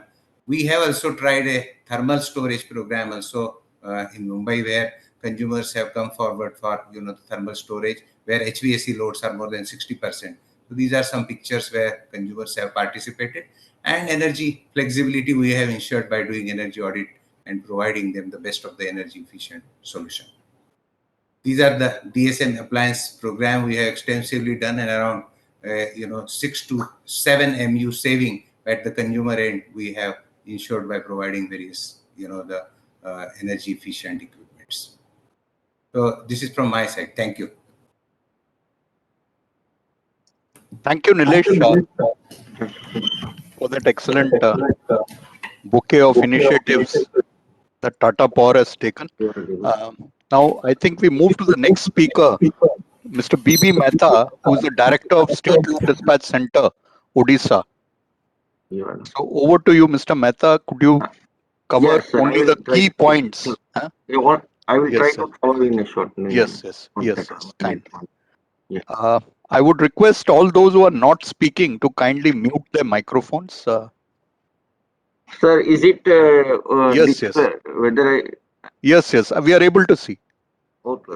Thank you very much, sir. Thank you, India Smart Grid Forum, for providing an opportunity. Thank you, Narasimhan Saab, to giving an opportunity. Sir, I will not repeat what has been said so far. I'll try to stress upon the requirement of flexibility from the grid operation point of view, and the remedial action we can take, we are taking, and we should take, and whatever changes required in the regulatory forum or technology forum. So why we need a flexibility is that we have a heavy penetration of the renewable, and we all know that by 2030, 450 to 500 GW we intend to harness, and that is a intermittent supply. So we need to have a flexibility which meets the constant requirement of the power, and also we need to have a lot of contingency addressed for the network issue. There is a bottleneck in the transmission network as well as intrastate and internet transmission network. Also, there are certain power quality issues, sir. So harmonic surges, frequency and voltage fluctuation, that calls for a flexibility in the Indian grid system. And the usage pattern is not constant. We have a composition of the residential, commercial and industrial loads, and their requirement of power varies drastically.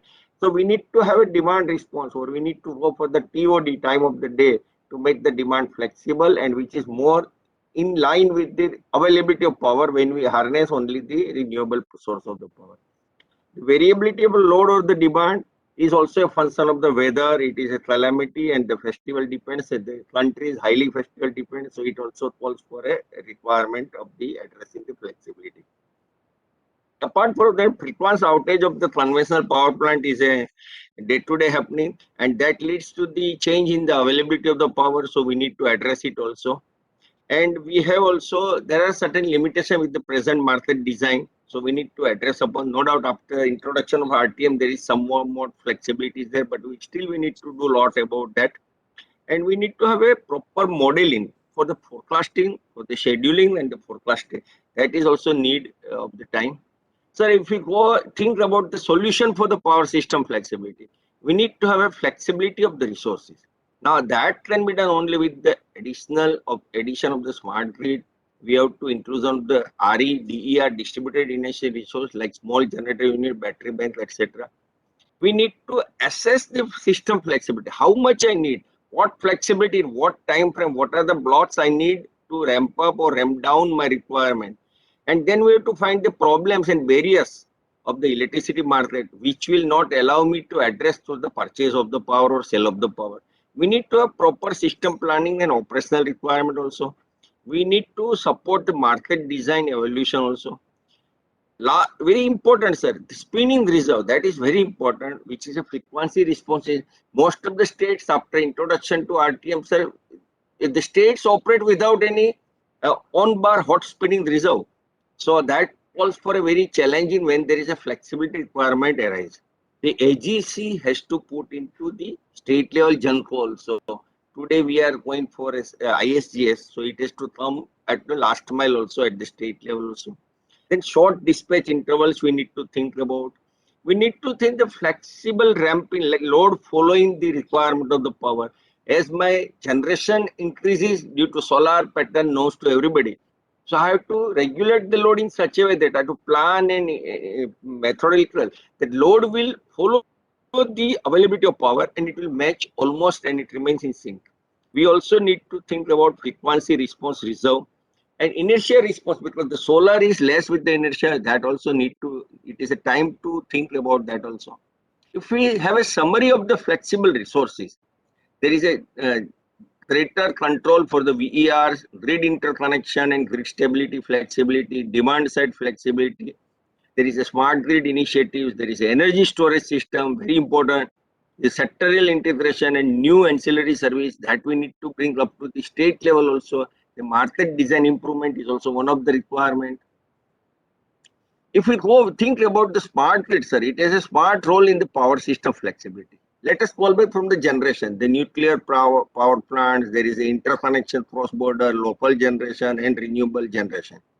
Then it is connected with the grid automation system, grid stabilization system. Then there is a remote control, conditioning monitoring using the WAMS, PMU data, and intelligence substation. We always switch and smart switches for the distribution network availability. And it leads to the ultimate end user of the power is commercial and industrial establishment, distributed generation available at the DISCOM and also, and distributed energy management system is a need for tomorrow. It is going to come and we need to harness it, so that we will have a win-to-win using the smart grid technology for addressing the power system flexibility, sir. If we see the demand response, I think a lot has been said by preceders, sir. There is an emergency demand response, like we pull out the feeders, we do the load restriction. There is economic demand response also, that we peak power, we charge them more. We see that we give a concession for the off-peak powers like that. And there is a ancillary service demand response also we need to think about and put to use. Sir, apart from the direct load control and dynamic pricing, these two are the strategies we need to think about the demand response. Demand response technology. Sir, the end user interface is very, very important, which calls for the smart metering. Load control devices, automatic load control from the remote from the distribution control center, and advanced metering infrastructure. This is going to come and this is going to harness. This will give us a good fruits of the demand response. This is supported by the SCADA, outage management system, DMS system, etc. A very other important thing is where I cannot be the flexible, let other become the flexible, means we go for a storage, energy storage system. A very important, sizable, and the variability can be harnessed properly with a pump mode hydro storage. Sir, in country we have close to 3000 megawatt power plant, which is in pump mode capacity. Time has come, we need to go for a policy level decision. No further hydro will be without pump mode storage. Also, we need to appoint an agency to see the feasibility for converting the existing hydro station to the pump mode. Apart from that, we can also go for battery energy storage at a small scale level, 10, 20, 30, 50 megawatt like that. Super capacitor is one of the things being taught about the economic level and certain practical things. Compressed air technology, flywheel technology, thermal energy storage, our Tata PLO just told about it. The energy storage system will give us a balancing of the power. It will give a very good grid stabilization and grid operational support. And it will improve the power quality and power reliability. It may lead to the shift to peak saving as well as the load shifting also. And very important upcoming things with this vehicle to the grid. Electrical vehicle batteries are far the most cost efficient form of the energy storage. So, but we have to see that when it is to be charged and when it is to be plugged back to the grid. So that needs to be evolved in a proper way, sir. So the power market also we need to take the advantage in Could you conclude, Mehta sir? Could you I'll conclude? conclude in a very shortly, sir. Only Yeah, one slide, please. sir. Sir, we need to have a harness the all possible features of the power market in the interest of the load management and power system flexibility. The grid interactive building and campus we need to go for. Also, last slide only, sir. The RE generation forecasting and role with the role and responsibility of each stakeholder. We need to introduce the ancillary service, spot power market, pump mode hydro station, REMC, and installation of the energy storage is in need of time. Thank you very much. Thank you. Yeah, thank you, thank you, Mr. B.V. Mehta, for covering all the issues. A lot of work is required to be done, and I'm sure we would take this forward with the support of everyone. We come to the last speaker, Mr. Alan Gooding, the Executive Vice President of Smarter Grid Solutions UK. Alan, over to you, and as you're the last speaker, so if could you just cover in 4 to 5 minutes? We are already overshot the time. Thank you. Thank you very much, and thanks everyone for being here today. I'm very grateful for the opportunity. A number of my esteemed colleagues before me here have talked about some of the problems of creating that renewable energy creates in the grid. I want to present to you an example of one of the solutions. So this is a project that we are working on with the Tamil Nadu Electricity Board and TANTRANSCO down in Tamil Nadu. And this is looking at the challenge of integrating the large penetrations of wind energy they've got. So the main challenge is that in order to create stability regionally across the grid, TNEB and the load dispatch centre have to manage the tie lines between the other regions to which they connect, and they've got certain limitations that they have to work within, or else they are commercially penalised. However, renewables have a must-run status in India, as you are no doubt know, and there is limited flexibility in the remaining power system because they're mainly coal, and they have certain ramping characteristics, technical minimums at which they can operate or not operate, and they can be very slow to be able to turn on and off. So that all means that the load dispatch centre is currently having to, in some circumstances, block renewable energy from being able to export onto the grid, and that's been implemented in a very manual way, which is reducing confidence in IPPs around the levels of curtailment they're receiving. So the ideal scenario here would actually be that TNEB gets much more accurate forecasts. It would be that instead of having to block the renewable energy from being able to export onto the system when they want, then the thermal plant would have less technical restrictions to operate. And all of this would be able to work in second-by-second control, with very auditable and transparent commercial rules as to who's managed when. The reality is quite different. So the commercial rules are not in place. The ability to stabilize those tie lines is not there because control has to be implemented manually using opening circuit breakers at the manned substations. And it's therefore very difficult to put in place this independent process. So what we are doing just now is we've been implementing a pilot with them across 4 substations, about 600 megawatts, and it basically involves measuring the various tie lines involved, the power flows through the substations from the RE sites, and then deciding in a very structured and automated way, any curtail actions that are absolutely necessary. And those actions are only taken when it is absolutely necessary that we've reached those technical minimums. All of the actions are logged and audited, and therefore a more transparent and less curtailment processes in place. And we're delivering this through our partners, NZN Global Solutions, locally. The project started last year. We've done design specifications, the build, configuration, we've started testing. The next stages for the project are about hardware delivery and integration at the specific substations, with a go-live plan for later this year. And finally, just a couple of key takeaways for you. In this project, what we're really looking at is the renewable energy. The wind generators themselves is essentially the providers of flexibility, and they're doing that by being able to flex their curtailment. Now, you could argue that is that you would want as much wind in the system as possible, and this is precisely achieving that, because we're having to work within the limitations of the other flexibility providers, the coal generators that we have. And I think this clearly demonstrates, one, a very practical solution to a problem, but equally shows us the opportunity for wider flexibility arrangements in the market. Again, I thank you very much for your time, and please, if anyone has any questions, do not hesitate to contact me. Thank you again. Yeah. Thank you, Mr. Allen, for the excellent work done in India. We definitely would like to hear more of that, and we would definitely get in touch.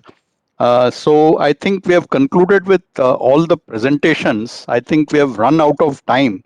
So I'll just quickly conclude. In fact, I would like to thank ISGF for bringing this very important theme of power system flexibility in this workshop.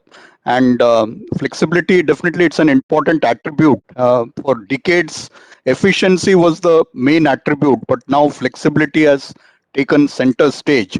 And of course, we talked about all the elements of the value chain, be it generation, transmission, distribution, and the ultimate customer. Flexibility has to come across all these elements of the value chain. And of course, the time horizon is very important, starting from seconds to initially we used to talk only about diurnal flexibility, but now resilience also becoming center stage. We need to look at long duration storage, and that's where intersectoral coupling also becomes very important. Green hydrogen was talked about in that context. And I would look at it in a slightly different way, that looking at a slightly longer term perspective, when we expand the notion of flexibility, how do standards, technical standards, how do they keep pace with advancement of technology? That's also going to be a major challenge, because the standards making, the rule making, they all take time, and they're not able to keep pace with technology. So I would look at that also as an equally important part of institutional flexibility. And of course, the contractual arrangements, the power purchase agreements and others, how do they transform as we move forward? That would also be one of the keys to flexibility. So I would like to thank ISGF, and I would like to thank all the panelists for the excellent presentations made, and starting from the Pablo Hivia who made the theme presentation, and of course Mr. Mukesh Kullat, the chairman of this session, for his opening remarks. Thank you so much. I would hand it over to the organizers. Thank you, sir. With the closing this session, I would like thank you very much to chair, moderator, and speakers for sharing their insightful thoughts on power system flexibility. Thank you once again to all. Thank you.